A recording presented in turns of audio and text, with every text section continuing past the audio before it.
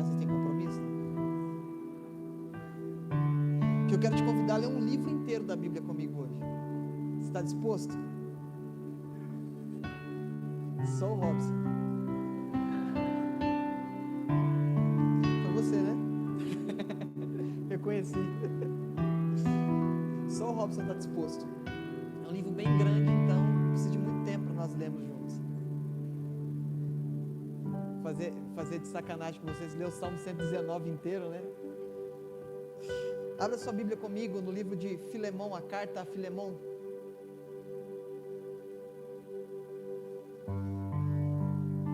É tão grande que não tem nem capítulo. Nós vamos ler essa carta inteira juntos. Se você viu que tem alguém do seu lado sem escritura, junta para vocês lerem. Compartilhe o celular. Aumenta a letra do celular para o seu amigo ver. Junta a paginazinha da Bíblia com um amigo para um segura de um lado, outro segura de outro. Isso chama-se comunhão. Vamos lá, todos acharam? Amém? Amém? Tá difícil achar Filemão, né? Como a gente pega vocês, né? Acha Hebreus, fica mais fácil. Acha Hebreus, aí volta um, Filemão. Eu tenho certeza que muitos acharam assim também. Até no smartphone, né? Eu quero dar uma dica para vocês. Toda quinta-feira nós temos o centro de treinamento bíblico aqui. O Fernando começou a propaganda e eu termino. Matricule-se já. Procure o Fernando Rizzi. Todos acharam, amém? Melhorou um pouquinho. Paulo, prisioneiro de Cristo Jesus, e o irmão Timóteo.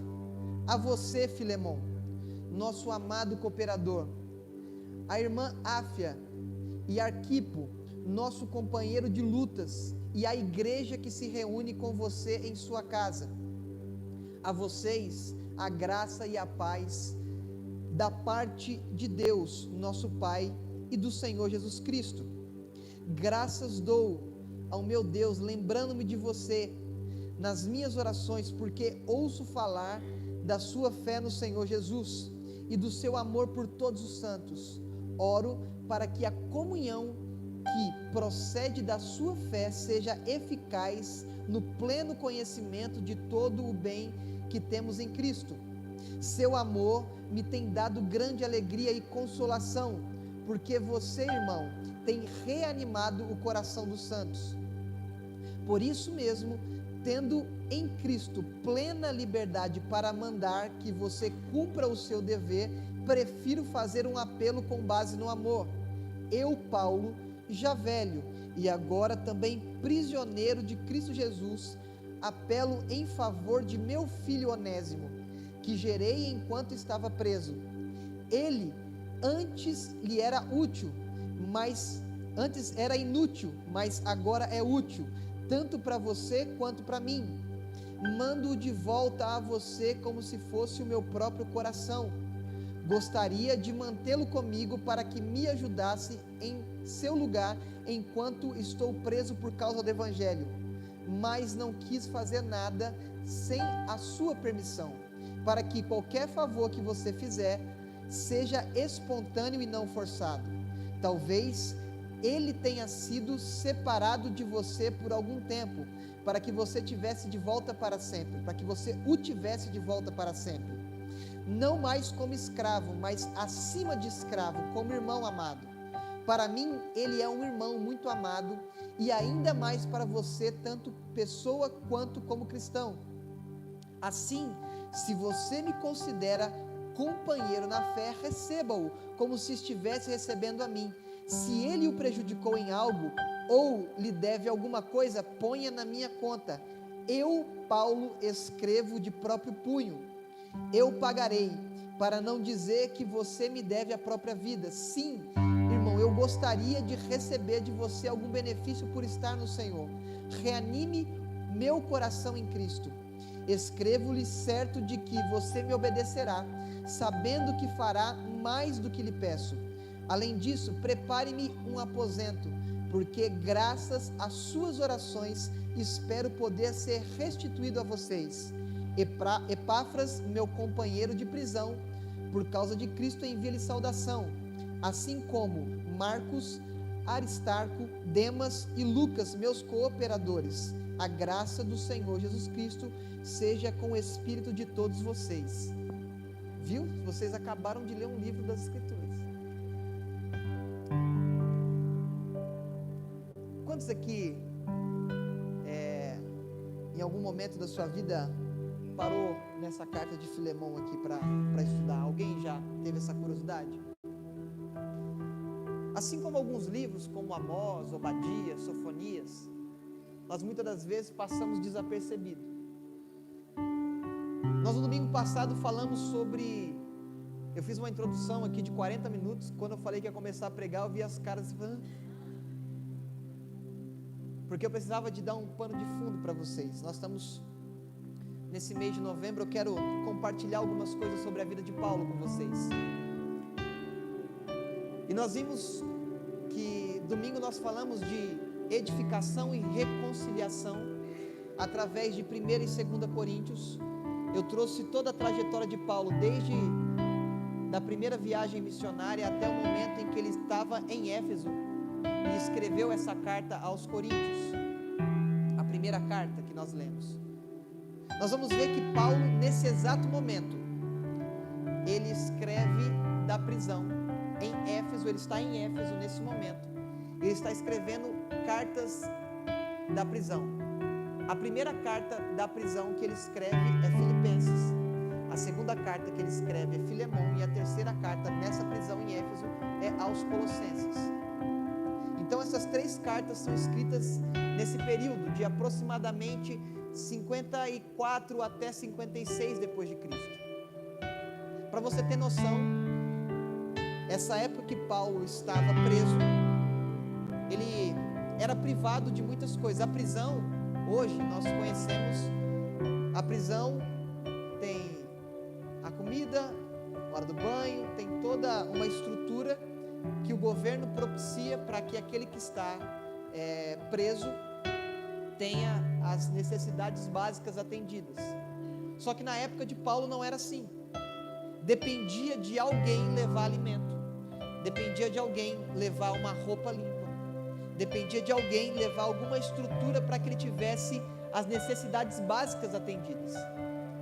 E era um período de grande perseguição, porque nós vemos que na construção daquilo que nós começamos no domingo passado, se você está hoje aqui e perdeu, você tem no YouTube, nós temos a mensagem do domingo passado, e você vai pegar esse fiozinho da meada que está faltando para você conectar algumas coisas. No nosso canal do YouTube tem a mensagem completa. Nós vamos ver que havia uma perseguição muito grande. Paulo chegava em uma cidade, existiam 3 grupos distintos, para você entender o livro de Atos. Existiam judeus convertidos a Cristo, e existiam os gentios convertidos a Cristo. Desses 3 grupos aqui, Paulo passou a ser interpelado em alguns momentos da sua carreira ministerial. Em alguns momentos, judeus que não eram convertidos, eles se levantavam porque não acreditavam que Jesus era o Messias, e causava tumulto na vida de Paulo e na vida da cidade em que Paulo estava pregando. Porque qual que era a iniciativa de Paulo? Paulo chegou em São Paulo, o que ele ia procurar naqueles dias? Ele ia procurar uma sinagoga, e entrando na sinagoga ao sábado, ele ia ensinar. Se ele entra na sinagoga, consequentemente, ali tinha judeus. Quando ele entrava na sinagoga, ele começava a explicar. Qual que era a estratégia de Paulo? Ele começava com Abraão, depois ele falava sobre o Êxodo, depois ele falava sobre o rei Davi, depois ele falava sobre o período de exílio na Babilônia, e depois ele falava de esperança. Quando ele chegava na parte da esperança, que era pós-exílio, ele apresentava o Messias. Essa era a estratégia de Paulo. Ele vinha nas escrituras mostrando de Abraão até Cristo, e quando chegava em Cristo ele revelava: esse é o Messias esperado. Existiam judeus nas sinagogas, então eles ouviam atentamente, porque ele começou a falar de Abraão, e Paulo, por ser um homem muito instruído nas escrituras, nós vamos ver que ele estudou aos pés de Gamaliel, então ele tinha facilidade no manejo da escritura, então ele conseguia a atenção dos judeus. Só que quando chegava na parte do Messias, alguns se convertiam àquela mensagem e se tornava um judeu convertido, e ali existia uma separação: os judeus que não acreditavam e os judeus que passaram a acreditar que Jesus Cristo era o Messias enviado. Então havia um problema, porque Paulo causava uma divisão dentro da sinagoga. Geralmente ele era expulso da sinagoga, e aí, dependendo da localidade que ele estava, ele ia para a casa de alguém, e chegando na casa desse alguém, ele continuava a explicar. Nas cidades que nós falamos aqui, que nós citamos, a grande maioria era de gentios, que acreditavam em Cristo. Então, para o gentio acreditar em Cristo era muito mais fácil do que para um judeu. Então esses dois grupos cresciam exponencialmente: judeus convertidos a Cristo e gentios convertidos a Cristo. Quando nós entendemos isso, quando nós vivenciamos isso, nós começamos a fazer as ramificações na igreja de Cristo. Por isso que na igreja de Cristo tinha muitos problemas, principalmente em Coríntios, que nós lemos. Uns eram de Apolo, outros eram de Paulo, outros eram de Cefas, que é conhecido como Pedro, e outros eram de Cristo. Porque o entendimento de cada um era divergente e não convergente em Cristo. Então Paulo enfrentava muitas dificuldades. Agora, porque ele pregou em Éfeso, porque ele trouxe ali em Éfeso um crescimento, aqueles homens em Éfeso, eles tinham livros de ocultismo, de magia, para a gente ficar mais claro, e através da ministração de Paulo em Éfeso, eles foram em praça pública e queimaram os seus livros de magia. Para você ter noção, dava mais de 50 mil moedas daquela época, os livros que eles queimaram em praça pública. Uma média, para você entender, era como se fosse o salário de 50 mil dias de trabalho. Para fazer só uma média para você entender, porque não tem como a gente precificar quanto era, mas era um valor muito alto, para você ter a proporção do que Paulo causou em Éfeso. Fazendo isso, ele despertou na população de Éfeso, tanto pessoas que amavam ouvir, quanto pessoas que estavam se sentindo ameaçadas, porque estava perdendo lucro com a magia, estava perdendo lucro com Artemis, ou Diana, a deusa, que era a deusa principal. Tinha um templo a Diana, a Artemis, em Éfeso, e existia um comércio em volta disso, então eles estavam perdendo dinheiro. Então o que está causando Paulo? Um alvoroço, tanto para bem quanto para mal. Tanto para bem, para aqueles que ouviram Cristo e receberam Cristo como Salvador, como para mal, para aqueles que estão perdendo o seu lucro. Então eles falam: está vindo esses homens aqui causando alvoroço. Deu muita confusão. Em Atos, Lucas não relata esse período de prisão de Paulo, mas nós vamos ver na carta de Filipenses que ele relata esse período de prisão. Então ele está preso, e preso ele tem que receber de Lucas, Timóteo, Demas, algumas pessoas que eram cooperadores, amigos próximos, que levassem comida, que levassem roupa, mas mesmo assim era difícil para essas pessoas chegarem até lá, porque está beneficiando alguém que causou um alvoroço na cidade, está levando comida para alguém que não é bem visto por nós. Então não era todo dia que tinha o alimento, não era todo dia que tinha roupa nova, não era todo dia que tinha uma capa, como ele pede em 2 Timóteo, para trazer a capa que ele tinha deixado na casa de Carpo. Então, não era todo dia que tinha isso. E de repente ele está lá na prisão e chega um rapaz novo, um escravo chamado Onésimo. Onésimo chega até Paulo, e a primeira coisa que Onésimo, a gente não tem aqui uma biografia detalhada sobre a vida de Onésimo, mas nós vemos que Onésimo foi até Paulo na prisão. E quando se encontra com Paulo na prisão ali, não sei qual foi a circunstância. Onésimo era servo ou escravo, melhor dizendo, de Filemon. Filemon foi um homem que ouviu também a mensagem de Paulo em Éfeso, se converteu, e em Colosso, que era 240 quilômetros de distância de Éfeso, você tem uma carta chamada aos Colossenses na sua Bíblia, 240 quilômetros de Éfeso, nós vemos que ele se reunia em casa, ministrava as pessoas, recebia na sua própria casa Filemon, e Onésimo fugiu. Era comum naquela época os escravos fugirem. A carta de Filemon a Filemon não é uma carta que está encorajando a abolição da escravatura, embora seria muito interessante se assim fosse. Mas a carta de Filemon, ela tem um cerne muito bacana, que tem uma conexão com a mensagem de domingo passado. Nós vamos ver que Onésimo chega até a prisão e começa a se relacionar com Paulo. A primeira coisa que Paulo fica sabendo é que ele era escravo, que ele tinha fugido, e é exatamente naquela época existia uma legislação, que o escravo que fugia, ele geralmente era sentenciado à morte, e sentenciado à morte, ele era crucificado para inibir que outros escravos fugissem. Então Paulo, quando recebe Onésimo, sabe que ele era escravo e que ele estava fugido da casa do seu amigo Filemon, uma pessoa que ele tinha autoestima. E agora Paulo se vê num grande problema. Eu conheço Filemon, e esse homem está genuinamente querendo saber mais sobre Cristo. O que Paulo faz? Expulsa, manda prender, manda um recadinho para Filemon, ou manda ele para a Grécia, acobertado ali por algum dos seus companheiros, para que ele fuja e nunca mais volte a ser escravo.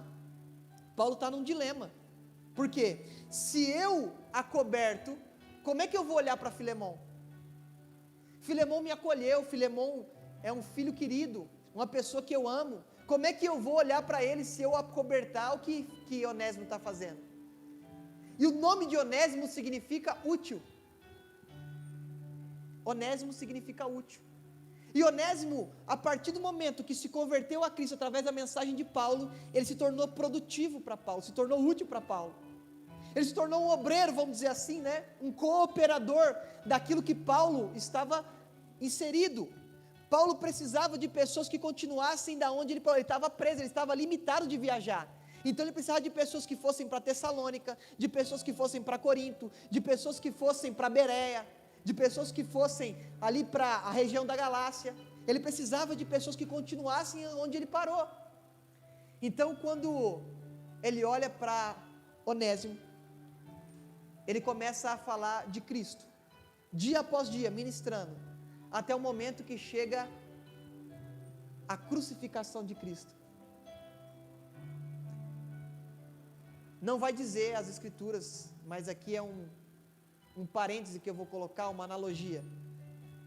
Onésimo, você sabe que você fez foi errado, né? Você sabe que aquilo que você fez, você pode ser punido com a morte, sabe? Você sabe que você pode ser crucificado, não sabe? Mas vou te mostrar algo que vai mudar a sua percepção de mundo. Existia alguém que não era escravo. Existia alguém que não pecou. Existiu alguém que não fez nada para merecer o que ele recebeu, mas por amor se entregou à morte, e à morte de cruz. Eu quero te mostrar, Onésimo, que você está fadado a poder morrer da mesma forma que ele morreu, só que você é culpado, ele não era culpado. Só que você falhou, ele não falhou. Você errou, ele não errou. Imagine o choque para Onésimo, né? Aqui é Daniel expondo um pensamento, porque Paulo tinha muitos caminhos para levar as pessoas a Cristo. Para os judeus, escritura; para os gentios, a revelação de um homem que se fez por amor pecado em nosso favor, se entregou à morte, não morreu. Então Onésimo está recebendo essa realidade. Então, primeiro o delito, fugitivo, escravo fugitivo, sentença, morte. Conversão a Cristo. mas Paulo não podia continuar do jeito que estava. Porque, queira ou não, Paulo estava se beneficiando de um escravo que havia fugido. Aqui não fala que Paulo era a favor da escravidão, em nenhum momento, mas ele se coloca como escravo de Cristo. Mas um escravo voluntário, não um escravo involuntário, que faz sem querer. Aí ele escreve essa carta que nós temos em mãos. Ele chega para Filemão e fala: Filemão, estou muito feliz com as coisas que eu tenho sabido a respeito de vocês. A fé de vocês tem sido fortalecida, a fé de vocês tem sido engrandecida, a gente fica feliz de saber os relatos. O meu coração se alegra, porque na sua casa em Colosso, muitas pessoas estão sendo enriquecidas por aquilo que você está manifestando através de Cristo. Mas agora eu quero te fazer um pedido, como se fosse para mim. Como você é meu filho, como você é amigo chegado, eu poderia falar para você acatar o que eu estou dizendo, e pronto, e acabou. Mas eu vou te fazer um pedido em amor. Eu vou te fazer um pedido. Pela legislação, você deve açoitar. Pela legislação, você deve matá-lo. Mas eu não quero que você o trate pela legislação. Eu quero que você trate como se você estivesse recebendo a mim. Eu quero que você trate como se você estivesse me recebendo como você me recebeu tão bem da vez que eu estive aí em Colosso. Eu quero que você me receba que receba ele da mesma forma que estivesse recebendo a mim. E eu acredito que para fugir ele deve ter levado alguma coisa para passar a viagem. Às vezes um alimento, dinheiro, não sei. Aí ele fala: se ele lhe causou algum dano ou algum prejuízo, quando eu estiver com você eu pago. Quando eu estiver com você eu restituo. O que Paulo estava falando? Em outras palavras, eu não estou aqui para falar se a legislação está certa ou está errada. Eu estou aqui para mostrar que existe um princípio estabelecido. Porque através de Cristo ele fez a mesma coisa conosco. Através de Cristo ele fez a mesma coisa conosco, Filemão. Trazendo para os nossos dias. Através de Cristo ele fez a mesma coisa. Lucas vai nos trazer uma parábola que é conhecida por nós como a parábola do bom samaritano. Quantos já leram essa parábola? Essa é mais fácil do que ler Filemão, né? Essa parábola vai trazer que um homem saindo de Jerusalém para Jericó caiu na mão de salteadores ou de assaltantes. E apanhou tanto que ele ficou em coma. O termo quase morto, traduzindo para o nosso contexto, é como se ele tivesse ficado quase em coma. Mas o que ele fez? Jesus começa a trazer o relato. Esse homem ficou largado no chão, quase que morto, e de repente vem um sacerdote. O sacerdote passa e finge que não é com ele e vai embora. O sacerdote passa e fala: vou trazer para o dia de hoje? Não é da minha igreja, isso é problema do pastor tal. Isso não tem nada a ver comigo, não é problema meu. Quem mandou ele sair de Jerusalém? Eu já ouvi isso, pregadores falando, que o problema daquele homem é porque ele saiu de Jerusalém, saiu do lugar da bênção. Não sai do lugar que você está, para manipular o texto. Passa de largo, não é problema meu. O levita também faz a mesma coisa. Sai, não sei se olha, não sei se não olha, e faz de conta que não era com ele. Vai embora. Mas aí fala sobre o samaritano. O samaritano olha para aquele homem, desce da sua cavalgadura, não sei se era um cavalo, se era um camelo, não dá para saber. Desce da sua cavalgadura, e descendo da sua cavalgadura, ele pega azeite, pega vinho e coloca nas feridas daquele homem. Gasta aquilo que ele tinha de recurso para que aquele homem fosse restaurado. E quando ele faz isso, o que acontece? Na sequência ele pega esse homem, coloca na sua cavalgadura, leva até uma hospedaria. Levando na hospedaria, ele chega até o hospedeiro e fala assim: olha, cuida dele até que eu volte.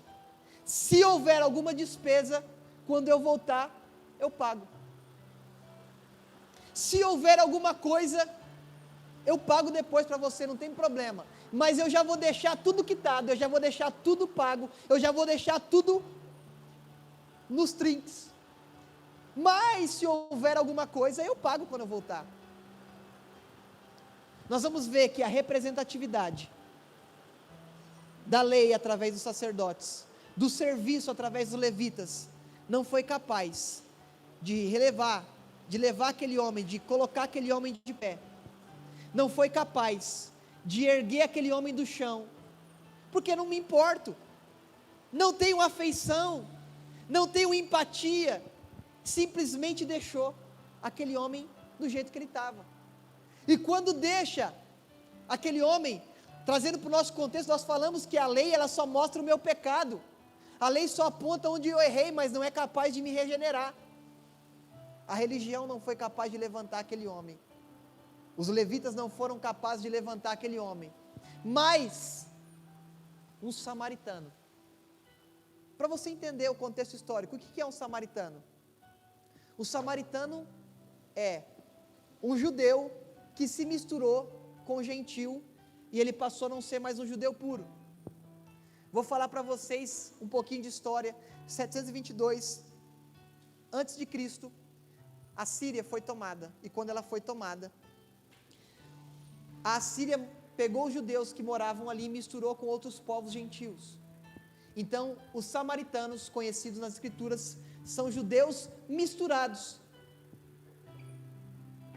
Então, quando olham para um samaritano, o que nós vemos? Alguém que tem no seu DNA sangue gentil e sangue judeu. Brasileiro é quase um samaritano, né? Tem no seu sangue italiano, português, alemão, tem tudo, né? Mas o que simbolizava um samaritano? Alguém que tinha no seu sangue o sangue gentil e o sangue judeu. Efésios, no capítulo 2, quando Paulo escreve a carta aos Efésios, ele fala que Jesus, através do seu sangue, uniu em si judeus e samaritanos. O que ele estava fazendo? Ele estava pegando um homem que estava fadado à morte eterna, levou na sua cavalgadura, colocou na sua cavalgadura. Esse homem representa a minha e a sua vida, que estávamos mortos, não conseguíamos levantar, não conseguíamos nos alimentarmos, mas apareceu o bom samaritano, Jesus. Aí o que ele fez? Ao invés de eu ir a pé e ele ir na cavalgadura, ele abre mão da cavalgadura para que eu possa, em conforto, me recuperar na posição que ele exercia e abriu mão. Apocalipse vai nos trazer isso, que ao que vencer, dar-lhe-ei que se assente comigo no trono do Pai. Jesus tinha um lugar de destaque, Jesus tinha um lugar de honra, mas ele abriu mão desse lugar de honra para que eu e você um dia pudéssemos com ele nos assentar. Ele abriu mão daquilo que ele tinha de especial para que eu e você pudéssemos estar em um lugar especial com ele. Ele não olhou para as minhas feridas, o que eu falhei, onde eu estava, porque eu estava assim, mas simplesmente ele se entregou. Ele abriu mão da posição para que eu estivesse naquela posição. Ele leva até a hospedaria e coloca ao cuidado do hospedeiro, representando o Espírito Santo que cuida de nós enquanto nós estamos aqui. Mas voltando fazendo só esse paralelo com essa parábola para você entender o que Paulo estava fazendo. Paulo se estava naquela mesma situação, morto, mas teve um encontro com Cristo na estrada de Damasco.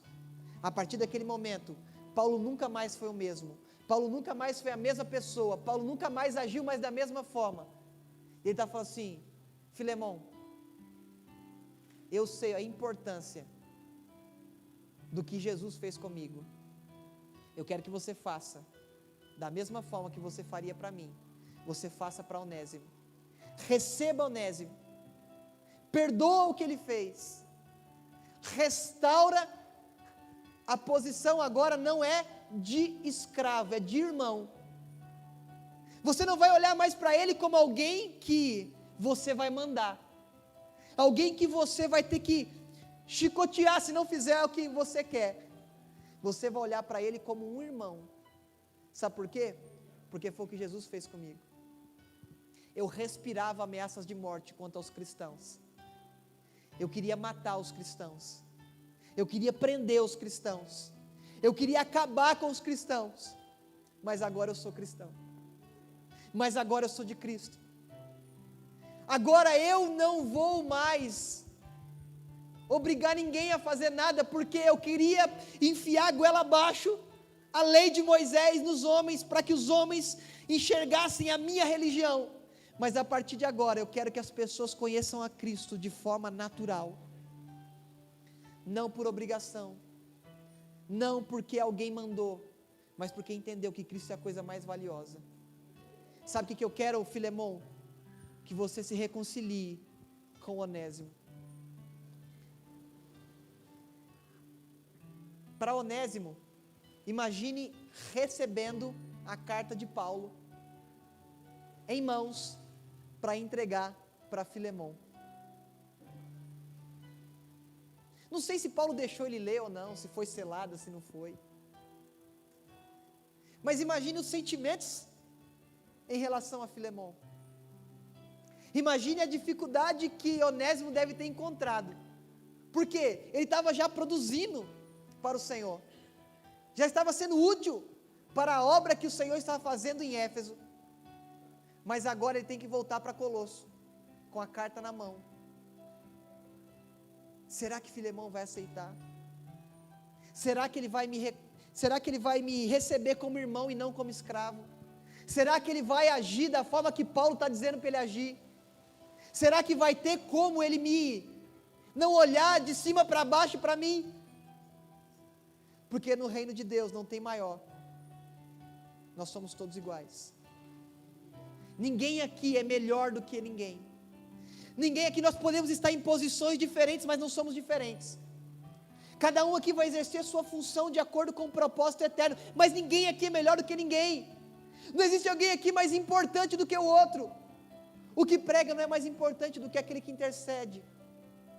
O que louva não é mais importante do que aquele que ouve. O que é mais importante aqui é quem é louvado e quem é ministrado, que é Cristo.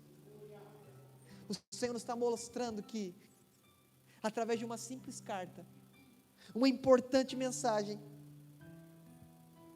reconcilia com Ele, perdoa Ele, e se houver algum dano eu pago. Jesus nessa manhã, através dessa simples instrução, olhe para o seu próximo, como se estivesse olhando para mim. Se ele fez algum dano, eu pago quando eu voltar.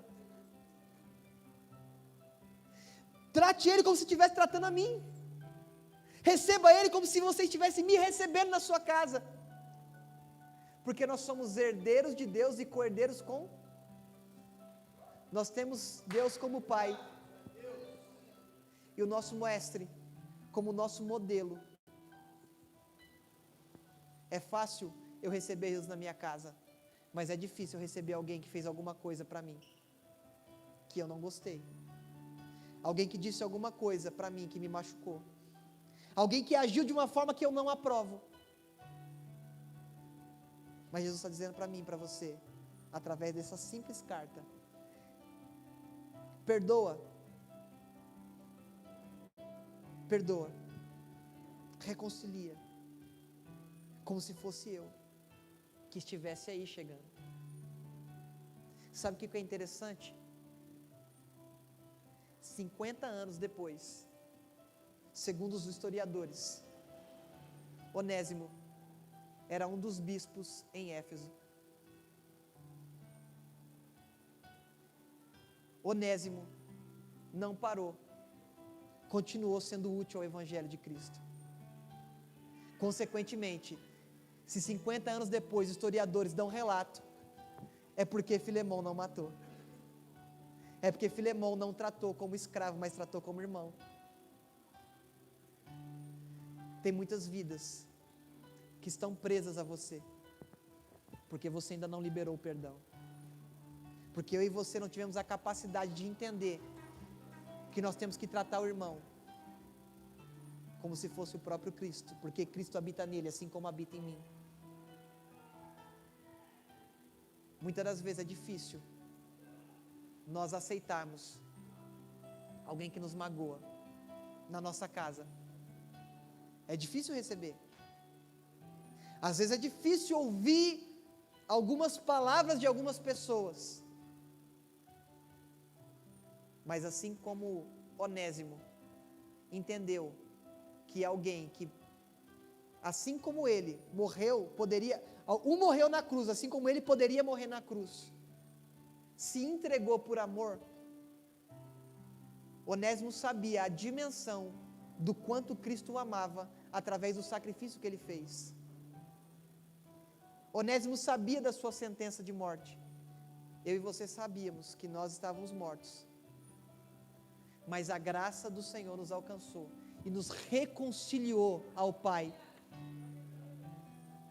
O que nós falamos no domingo passado foi, através de embaixadores de Cristo, é como se o próprio Deus, através de nós, fizéssemos o apelo em Cristo, reconcilie-se ao Pai.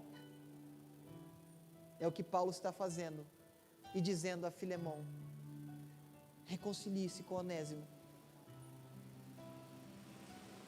Eu queria que você, por alguns instantes, depois que você chegasse na sua casa, lesse essa carta com calma. Tentasse riscar cada detalhe que te salta aos olhos. Paulo estava colocando em xeque toda a sua reputação, sabe por quê? Ele podia ser incriminado por estar recebendo um escravo, e não devolvê-lo imediatamente para o seu dono. Paulo poderia ser tido como aquele que defende que os escravos têm que fugir contra a legislação. Mas Paulo não deu maior importância para a legislação vigente daquela época. Paulo não deu mais importância do que o que poderia acontecer com a sua reputação. Paulo deu mais importância para uma vida. E ele coloca Onésimo dizendo: ele é útil para mim.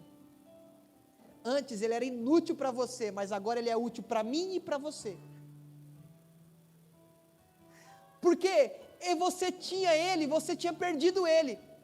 Você perdeu por um tempo. Paulo vai dizer: você perdeu, Filemão, você perdeu Onésimo por um tempo. Mas agora você vai ter ele por completo, porque ele não vai te servir por obrigação. Nós não servimos a Deus por obrigados. Nós servimos a Deus por entendimento. Nós servimos a Deus e entendemos que nós éramos para estar mortos. Que nós temos sido crucificados naquela cruz. Aquela cruz era nossa, mas Ele morreu em meu lugar. E eu passo a viver não servindo a Ele porque eu sou um escravo. Eu sirvo a Ele porque eu entendo que a minha vida só faz sentido porque Ele deu a sua vida por mim. Eu sirvo não por obrigação. Era como se Deus permitisse que nós, por um tempo, não tivéssemos conhecimento de quem Ele era.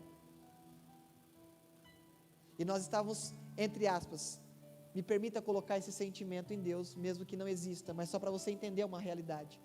É como se Deus tivesse nos perdido por um tempo. Mas enquanto Ele perde, Ele está falando assim: deixa Ele perdido.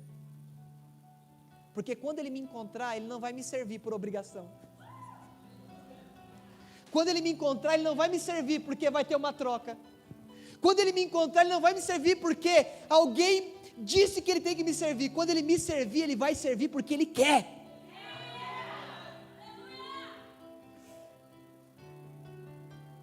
Paulo estava falando: Filemão, é muito melhor ter um irmão do lado do que ter um escravo do lado. É muito melhor ter alguém que conhece Cristo do lado do que alguém que serve para a obra de Deus sem conhecer o Deus da obra. Deus não quer escravos. Deus quer filhos que entendem a posição e servem, não porque é obrigado, mas porque é capaz de dar a sua vida em favor de muitos. Jesus não deixou de ser filho de Deus, unigênito, quando ele desceu à terra. Ele não perdeu a posição, mas ele fez questão de servir a todos. Ele fala: o maior no reino de Deus é quem serve. E quem deu o maior exemplo de servir? Quem pega uma bacia e lava os pés? Quem entrega a vida em favor de muitos? Quem se deixa morrer? Porque Jesus não morreu, ele se entregou à morte, que a morte não podia matar Jesus, porque o salário do pecado é a morte. Jesus não tinha pecado, a morte não podia tocar na vida de Jesus. Mas o que ele faz? Para morrer, o que ele tem que fazer? Ele pega todos os nossos pecados e coloca sobre ele, porque eu preciso morrer para que eles tenham vida. Eu preciso morrer, a morte não pode tocar em mim, porque eu não tenho pecado, mas a partir de agora eu tenho. Ele colocou todos os meus pecados e os seus pecados e o pecado do mundo sobre si. Eu não vim para matar, eu vim para que tenham vida e a tenham em abundância.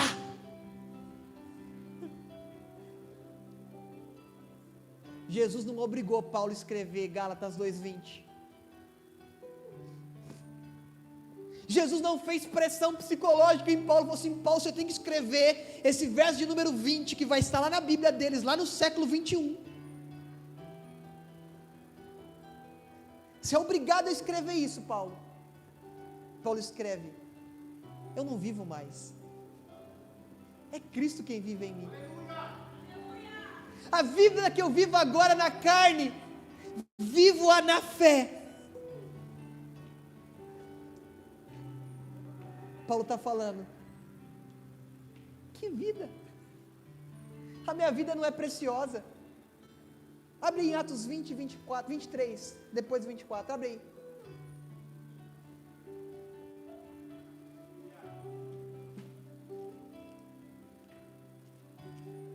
Atos é fácil de achar, né?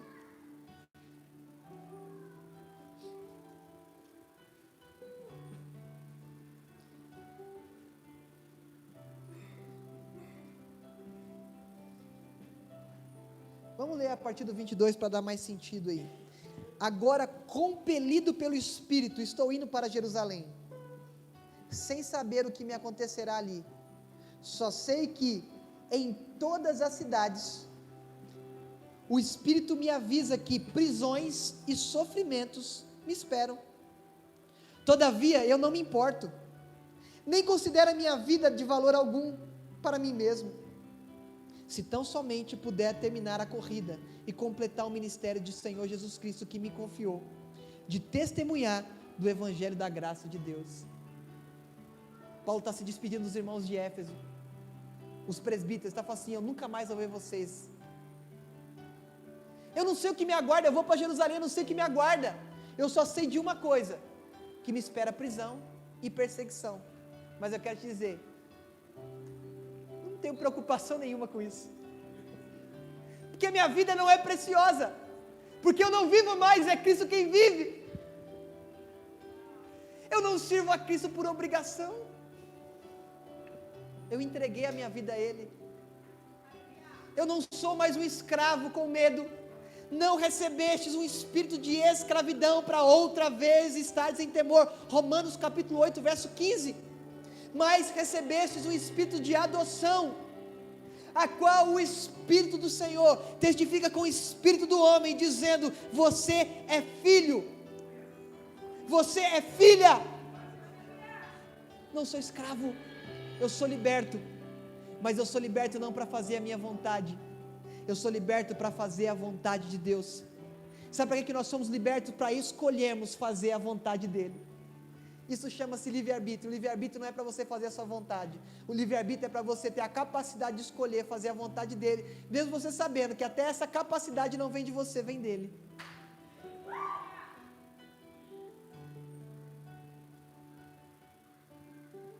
Eu não sei se você é Onésimo ou se você é Filemão, mas de uma coisa eu sei: o perdão é uma prova de amor. Eu vou dizer sempre isso.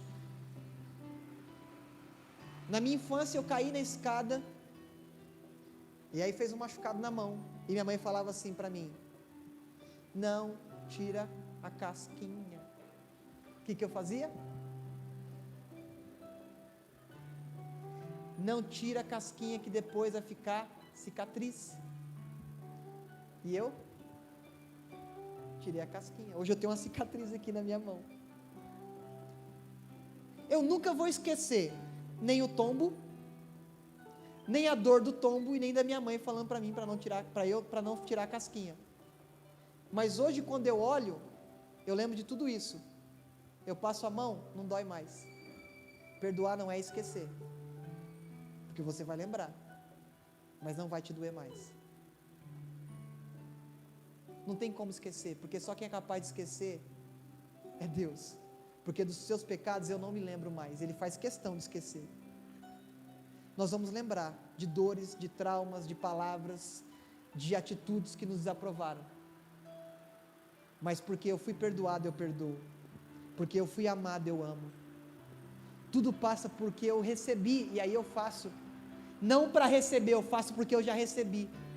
Eu perdoo porque eu já fui perdoado. Eu amo porque eu já fui amado. Não é vou amar para receber em troca o amor do outro. Não, isso é troca. E o Senhor não se baseia na troca. Nós estamos numa nova aliança. Aliança nova não é troca. A aliança antiga era troca. Eu faço e recebo. Na nova aliança eu recebo. E por isso eu faço. Na nova aliança eu vou perdoar. O Senhor até ensina. Perdoa assim como eu perdoo. Sabe quando você ora a oração conhecida como Pai Nosso, você está colocando uma sentença para Deus. Quando você verbaliza, olha o problema que você está trazendo para você, sem entendimento, quando você verbaliza. Aí você está dizendo: perdoa assim, eu perdoo. Perdoa assim como nós perdoamos a quem nos tem ofendido. Você está falando assim: eu me perdoa só se eu conseguir. Você está vendo o que você está falando? Olha, Deus não colocou essa condição, mas quando você verbaliza, você está falando, você está concordando. Deus não obrigou você a dizer isso. O cerne dessa manhã é perdão. Não por merecimento, porque nós não merecemos o perdão, mas por amor.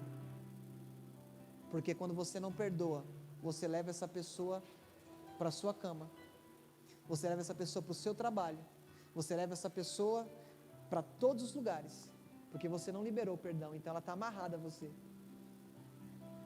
Mas quando você perdoa, aquela pessoa não está presa a você mais, mas ela pode passar, estar ao seu lado, não por obrigação, mas por gratidão ao perdão que recebeu. E perdão não é somente para aquele que fez errado vai lá pedir perdão, é para aquele que se julga correto na situação em que deveria ele ter recebido o pedido de perdão. Se alguém fez algo contra ti, vai você.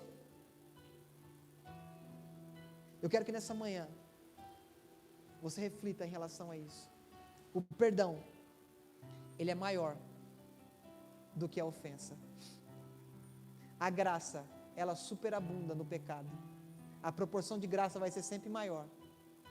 O perdão, ele é maravilhoso, mas é muito mais maravilhoso quando eu perdoo do que quando eu digo que perdoo com a boca, com o lábio. É muito mais interessante. Tem pessoas que na nossa vida causaram traumas muito grandes. Aí você pode dizer para mim assim: mas Daniel, você não conhece a minha vida. Não conheço mesmo. E eu não faço palavra encomendada. Tem muita gente, ia ser muito trabalhoso. Mais de 150 palavras encomendadas. É muito trabalho. Porque toda palavra ela passa por quem está ministrando. Você não sabe o que eu passei, você não sabe o trauma que eu vivia, eu não sei. Mas eu sei o quanto eu devia, e o meu pecado foi perdoado. Eu sei o quanto eu era falho, mas mesmo assim o Senhor me resgatou. Eu sei que eu estava quase morto, mas Ele abriu mão do lugar onde Ele estava, para que um dia eu pudesse assentar com Ele nesse lugar. o amor dele vai ser sempre maior do que as ofensas. O perdão vai ser sempre maior do que as ofensas. O amor vai ser sempre maior do que as iniquidades. A graça vai ser super abundante sobre o pecado. O pecado é grande, a graça é muito maior do que o pecado. Curva a sua cabeça, eu quero orar com você.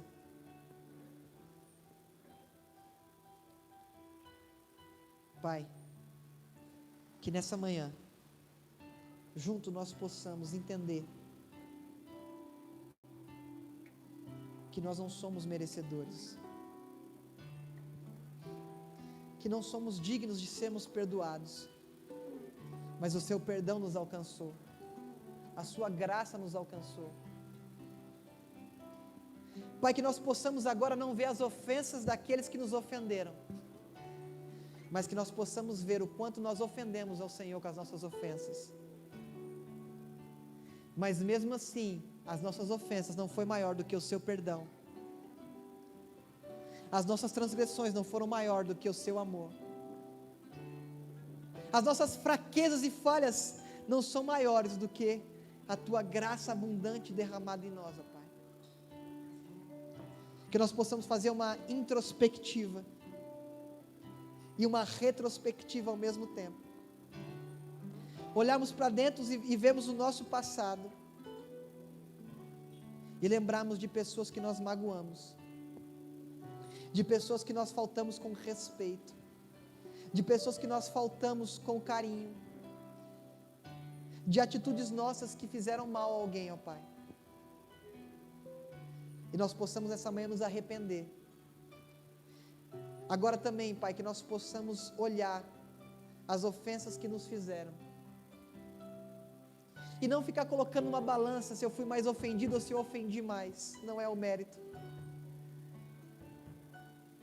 Mas nós colocarmos o que nós ofendemos e o que fomos ofendidos de um lado e colocarmos a tua morte na cruz do outro, e a balança do seu lado vai ser sempre maior, Senhor. Nós entendemos isso, Pai. E que nós possamos entender que dia após dia a tua graça nos basta, porque o seu poder se aperfeiçoa nas nossas limitações e nas nossas fraquezas, Pai. Que nós possamos sair dessa manhã aqui, ó Pai, pessoas melhores, não porque somos melhores, mas pessoas melhores porque entendemos que precisamos melhorar. É o primeiro passo para a mudança, Senhor. Que nós não possamos tomar essa mensagem como uma indireta, mas que nós possamos tomar essa mensagem como um aconselhamento de um Deus amoroso que usa os teus filhos para nos reconciliar a Ele através de Cristo, e que nós possamos olhar o nosso próximo como nosso irmão em Cristo, e como se fosse o próprio Cristo que estivéssemos do nosso lado, em nome de Jesus, em nome de Jesus.